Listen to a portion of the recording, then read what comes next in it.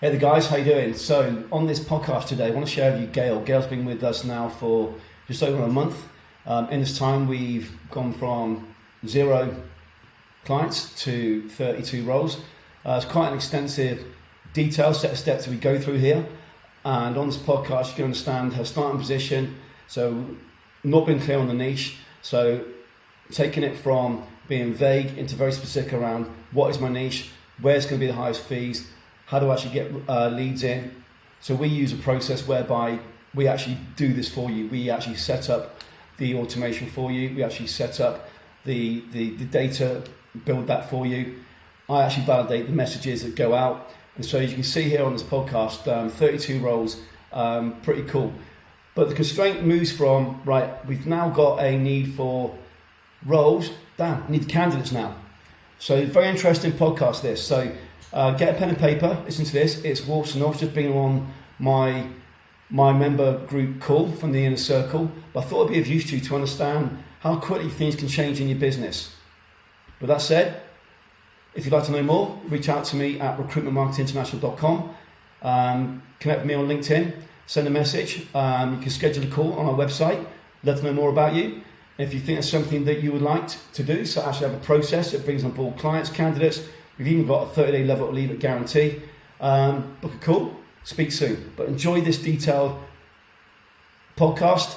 If you're watching it on YouTube, you can see this. You can see me in my gym outfit. If you're listening on iTunes, it'd be great to see you across on YouTube or see you on our website, recruitmentmarketinginternational.com. Andy Whitehead. Speak soon, guys. So what Gail's position was a month or so ago was we need both. The first thing we did was, we built a client data set of around about 4.7K.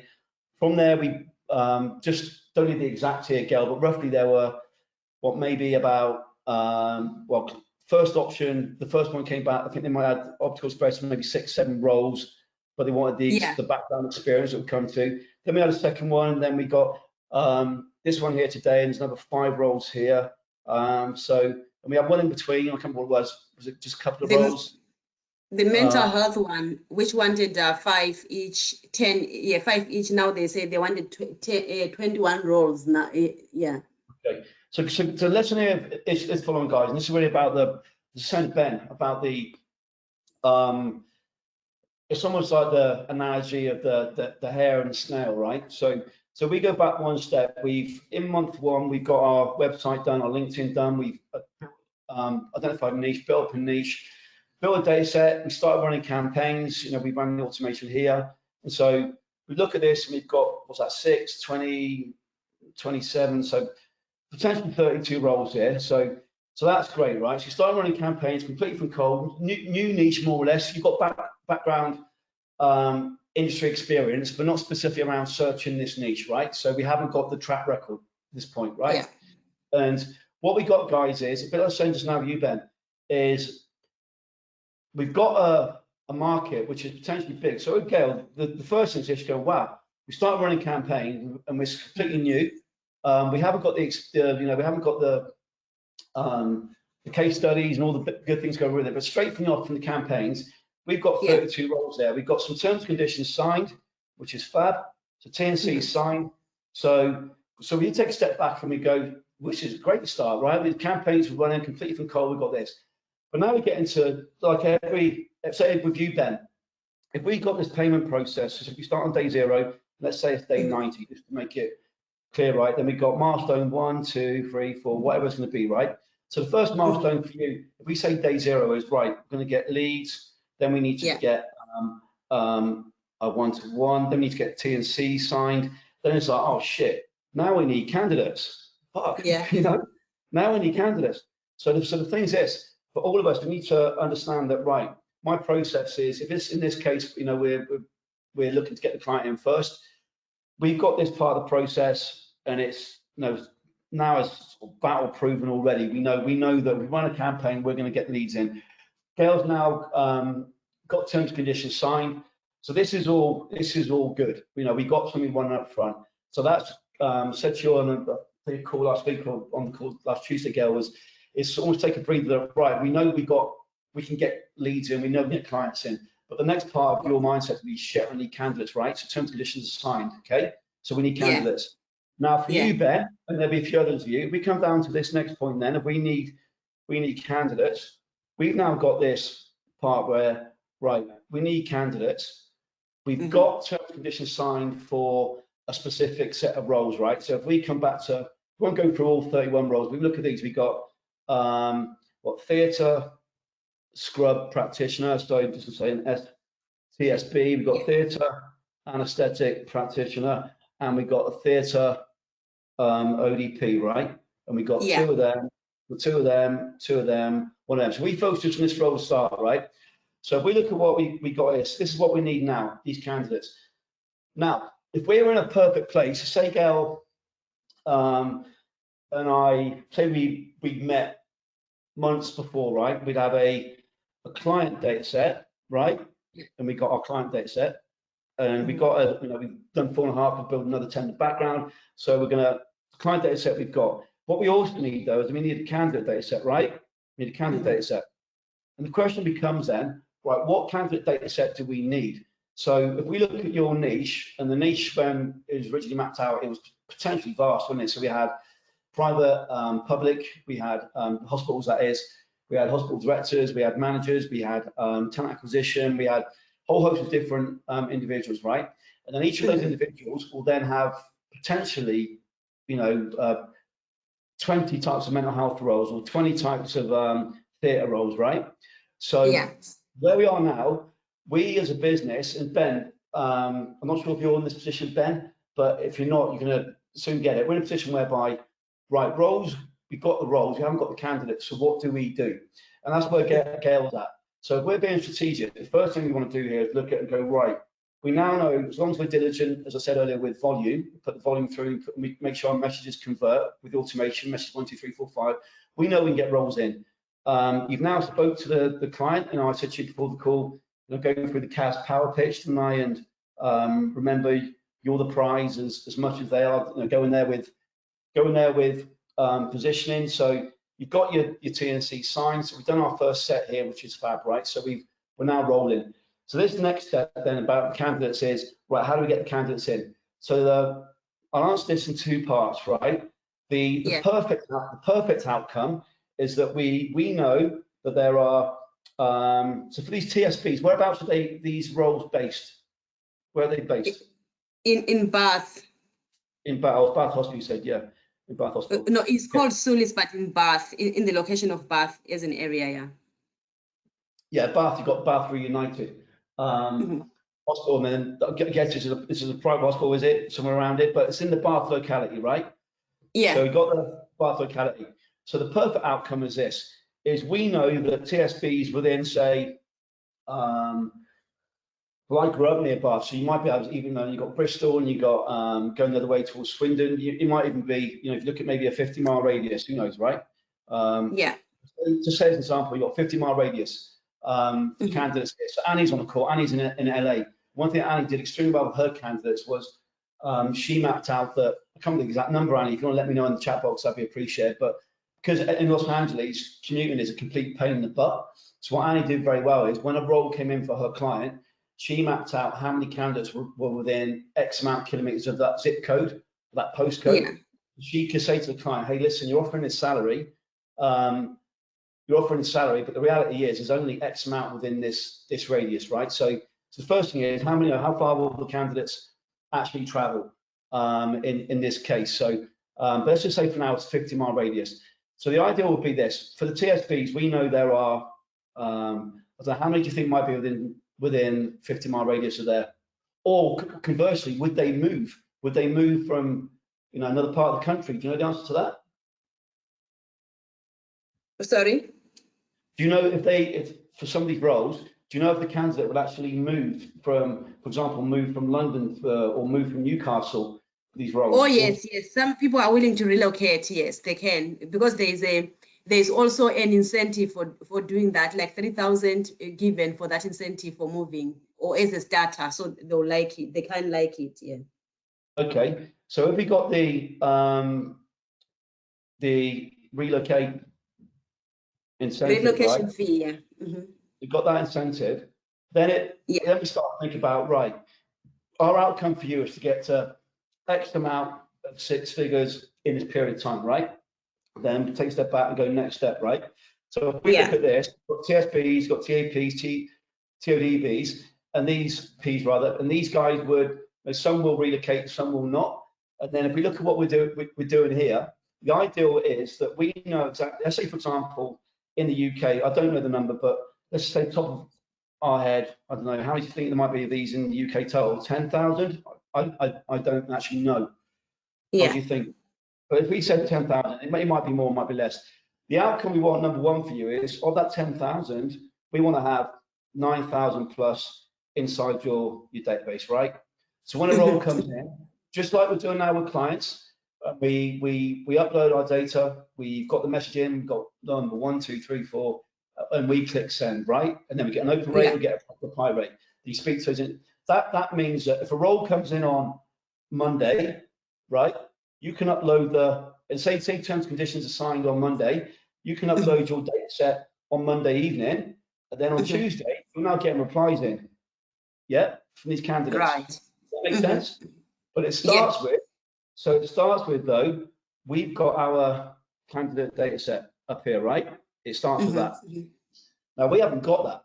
So where we are now is we want to do 2 things here. One is we want to give ourselves a little bit of a pat on the back, because we started running campaigns. We just joined, we started running campaigns. We've got 31, 32 roles potentially here. The problem we've now got is we haven't got the candidates to fill them. So we want to do 2 things, right? One is we want to be aware about, right, the process to get clients is, we're getting that.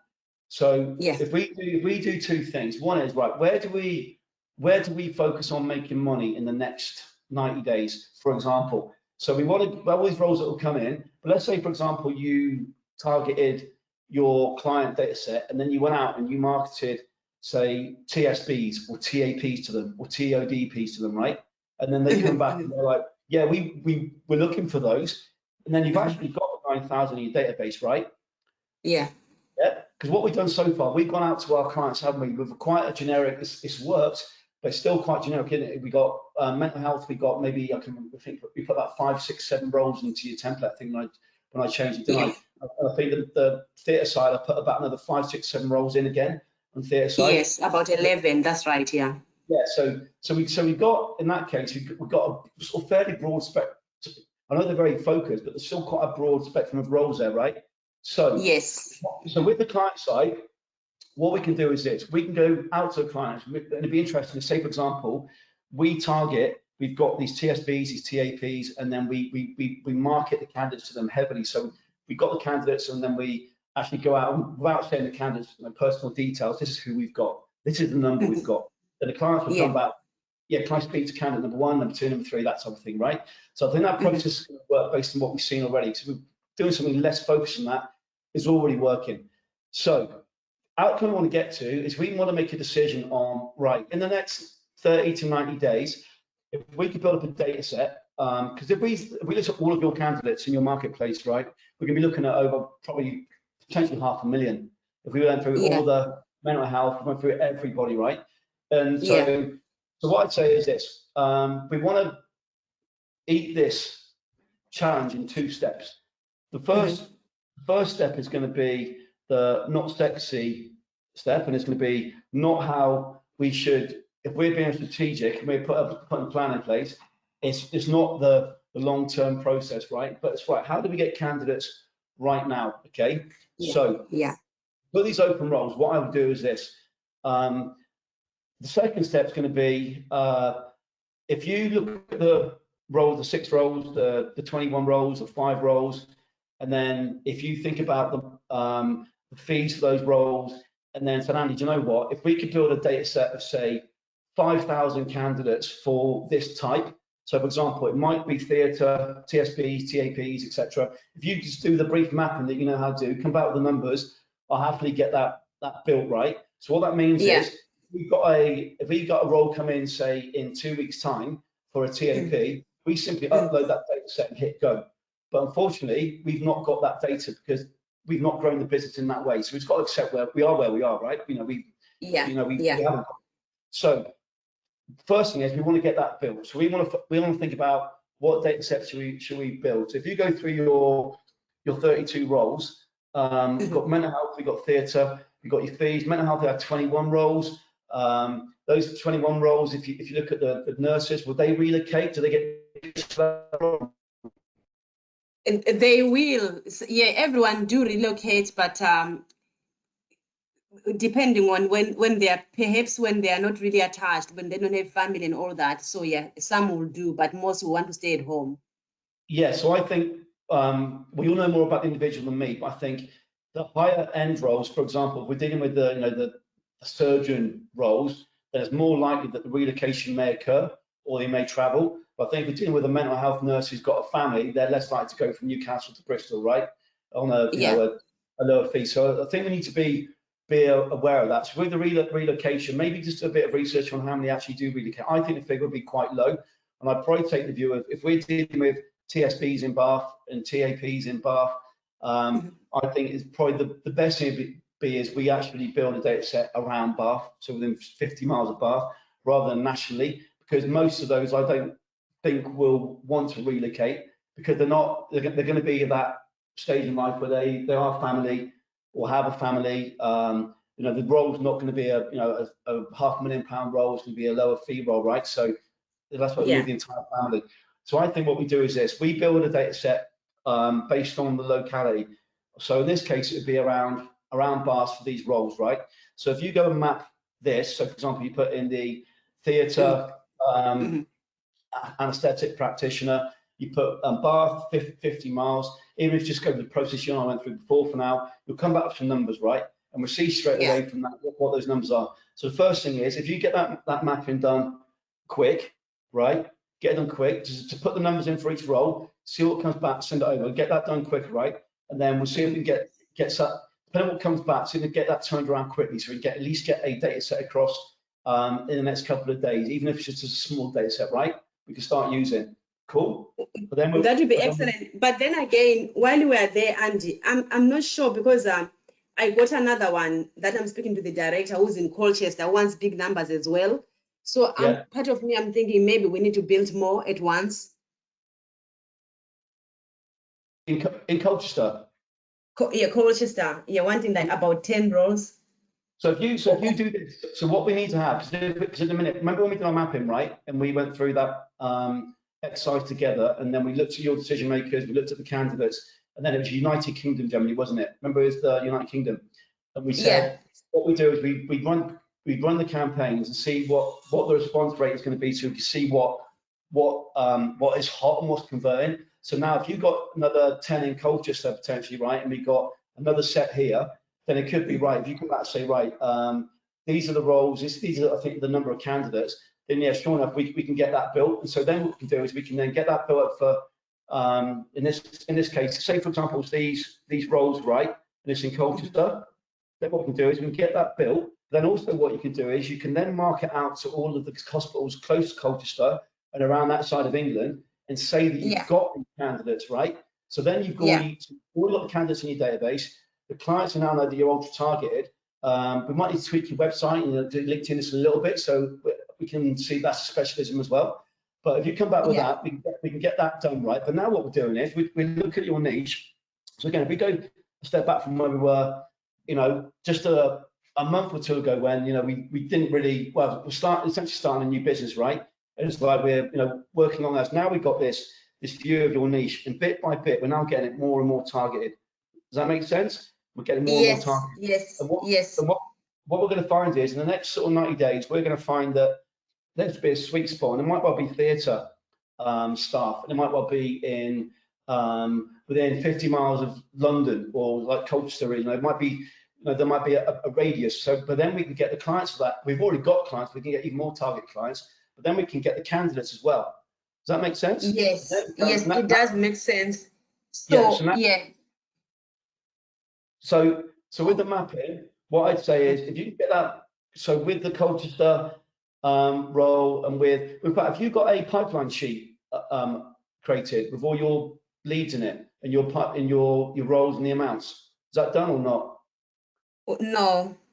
We should have sent you a sheet. If you haven't, that's my bad last week. I'll get that sent over to you straight after this call, right? If you get it updated, put in the roles, the number of roles, what the roles are. So, for example, with these bath roles, right? There'd be for each one of these roles, there'd be a different line. So it'd be theatre anaesthetic practitioner times by 2. So the fee will be what salary is X, the fee is X. Decision. So I'll give you that template. Do that. So at least we can see what your pipeline is, right? And then from then we can map that across to the candidate. If you can get that done, I'll get sent over by straight after this call. I'll get the guy to send that over. If you get that completed, we can then see what your pipeline is. Then what we can also do is go, right, if we get these 10 roles completed in Colchester, by the looks of it, you've got similar roles, say in Bath, that equates to X amount of placements, right? So, right, we then got 20 placements at X fee. Right, the outcome becomes, right, how do we close off these TNCs assigned, right, how do we get the candidates quick? So if you got a map in, then so you're going to do the pipeline document, which I'll get sent to you, okay? Yeah. So you're going to literally fill it in with your roles. And number 2, you're going to do a mapping based on the roles that you've got. So simply it's going to be the role, the number of candidates, search string, just nice and simple, right? Send that over, and then I'll look at that, and then we'll then get that moving right away. The other thing I was going to add is this: it's not perfect. It's not really what we want to be doing as a key strategy nowadays. But what we can also do is we can start running. I know we've added a LinkedIn automation piece, haven't we, on the client side? You can target that towards candidates for these roles. So if we think about what we've got going on here, we've got essentially a whole lot of business sat in front of us. So the target now becomes, right, closing that business off, right? So getting the candidates. So what you do on LinkedIn, I'd adjust that now and targeting towards the candidates that we need. So for example, the TSBs in Bath, as an example, right? Now we really want to have all this. We want to own our world, not our empire. Have all this data offline, and then we can control it, and it becomes really systematic. We're not there yet. We'll get there. We'll get there. But what I do, if you get that pipeline document done, get the mapping document done for these roles, and then I readjust. I say with your link. So use LinkedIn messaging, and I just use. If you go to the members area, there's a section called the most sellable role, MSR, and there's a template there, essentially how to. Basically, what you can do is sell the role to the candidate, right? But even if you say at this point, I'm Mr. Candidate, I've got an outstanding TSB role or a theatre asset practitioner role in the renowned was it S Hospital. Would you be interested to know more? Even if you just did that now, right? So we start that tonight, tomorrow, right? So we just got something moving. And we start get that to do that. So that isn't perfect, but we need to, number one, now get your sort of business model strategy on point, so know where we're really focusing. And number 2, we need to get the data set built. And then number 3 is we want to start getting a response from these candidates. So we'll do it with the campaigns. So what we'll probably do is, when I see your mapping document, is we'll probably either switch your campaigns to candidate mode, or we'll split it into client mode still and candidate mode. But let's see what the numbers are first.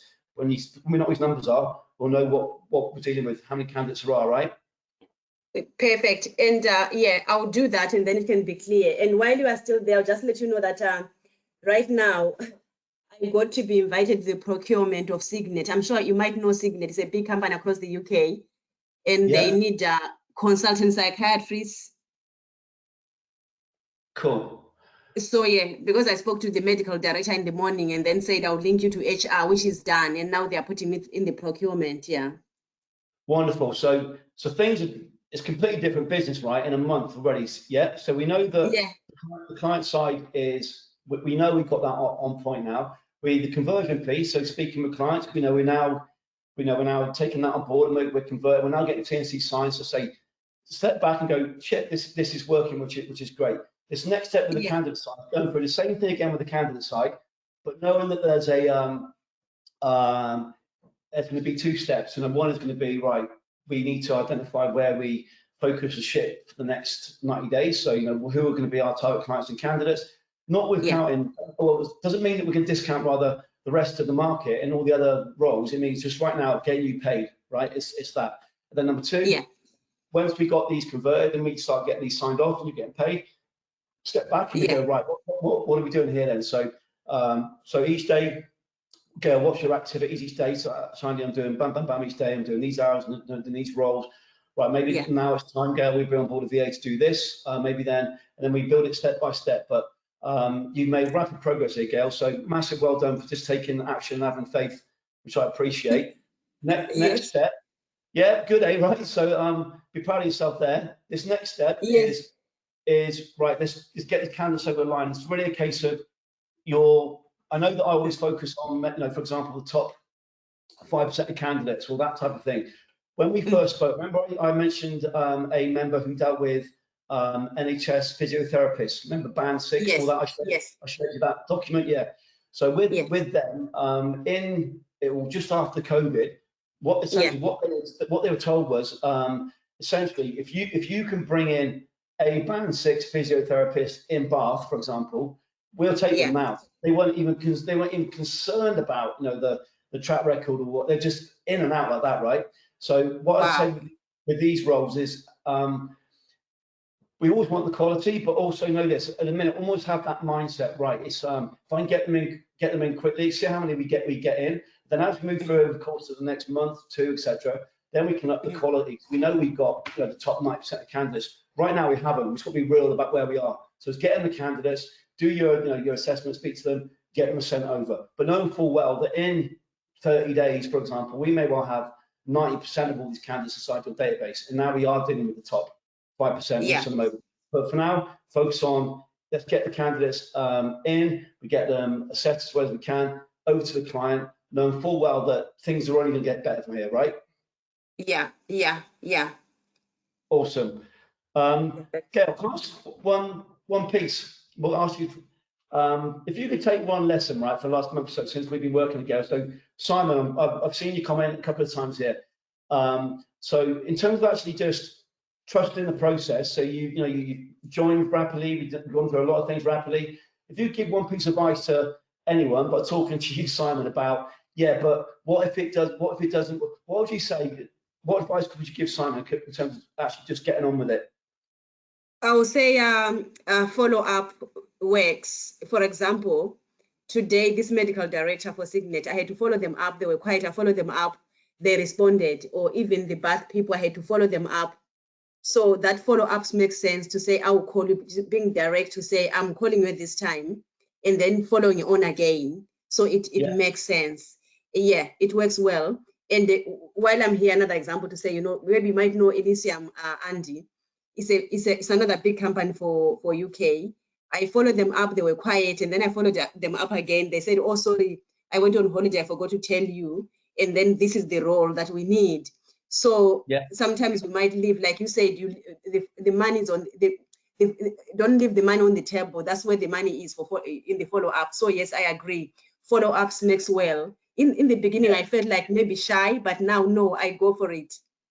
So what Simon, what Gail's referring to here, so for example, so when Gail joined, we had no data, Simon, okay? We had no data, we had no lead process, we had nothing, Simon, okay? Literally nothing. And then what we've done is we built the data set, we built the automation, so we've got that set up, we've warmed it, we created the 25 domains, we've warmed them up, we've started running the campaigns, and then we're getting these leads in, great. And with Gail now, what Gail's referring to is the following. When Gail and I spoke a couple of weeks ago was you need to understand, so if you've got, for example, say we sent out 500 clients, Simon, and then got an open rate of say even 50%, so 250 see the message, and then you get a response rate of X, right? And then, but then you reply to them, but they don't come back again. What I was explaining to Gail was this: you got to understand your avatar's world. So in the the medical world, in the NHS, for the bureaucracy, it'd be meetings all day long, and it would be possibly a different atmosphere for being in a private hospital. But again, it might be more acute and more speed, or it could be in this case, time of the year, holidays. So said to Gail, follow up. The money's in the follow up. But the first part of the process, which you haven't done, is this. So again, it's only a month ago, Gail had zero process to bring leads in. So Simon, where you are is a case, please just trust. We'll set it up. I know you want to use a different tool, but we'll get it set up for you. We'll build a data set for you, and you will get the leads in. You will get the leads in, and that'll be about converting them. We've got different conversion modules. So Simon, just as Gail's done, just have faith in the process and then just do it. Would you agree, Gail? Yes, yes, yes. Awesome. Simon, Amazing, yes. love it. Well, so Gail, let me do this. So I'm going to get the pipeline document sent to you. You're going to send over that complete, mapping for the roles, get those sent over. So this is the role, this is how many I think there are. Simple like that, so we know what we got there. Then we can then get into getting these candidates filled, right? Yes, perfect. I'll line it up and then I'll send it over. Awesome. Wonderful. Perfect. Thank you so much. You're welcome, Gail. Good stuff. Brilliant. So there's Gail, guys. So Simon, so lesson here is, as I say, it's a case of just do it. I know that often in our business, it's a phrase I was told years ago, it's like trying to change the wheel on a car going 100 miles an hour when you're in search, but that's precisely why you do need to change the actual whole chassis and everything we're doing here. So Simon, we'll set the automation for you. We'll build the data set. I'll personally be validating the messages. And the leads will come in. The leads will come in. But you have to get on with it. And as part of that process, as I said before, is we need to make sure we got our base elements in place. So whether it be the website or LinkedIn, I know you've got a fancy website, but your website is doing nothing for your clients to actually understand you're the solution provider, overcoming the options they have of internal recruitment and all the other bits and pieces. So please implement what we went through on your launch plan. You know where I am, but hopefully you've taken this loving butt kick with a lot of love, right?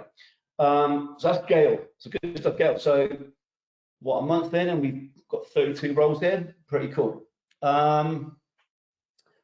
Marcus, if you want to unmute yourself, I'll happily do that.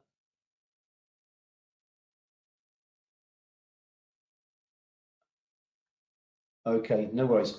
If you send over, Marcus, top of my head, I can't remember the exact time, but I believe we've got our planning session booked in for next week. Cool. Wonderful. Okay, so Annie, I think we're booked in. Karina, how you doing? I think we're booked in. Ben, I know we're booked in. Steve, I know we're booked in. Tanner, I'll get that sent to you. Rachel, how you doing, Rachel? Didn't get your update. I didn't get your update, but I know you had a lot on. So let me know how they responded. Hey, Steve. It was the call was with with Mimi. So Mimi was the VA for Jen. So Mimi was the VA for Jen, and Mimi was actually come on the call. So what happened was Jen joined the inner circle. Then part of the process was she wanted to get basically the client and candidate development, i.e. the leads coming in from LinkedIn and from creating this new process, new automation out of our hands, and the VA is taking over. So she came on the call, I think the VA, Mimi came on the call about 3 weeks in a row, maybe about a month ago. So you watch those sessions, you'll be able to see. But that's where we want to get well, for each of you want your VA to be taking these things over so you can focus on the high return tasks, right, guys?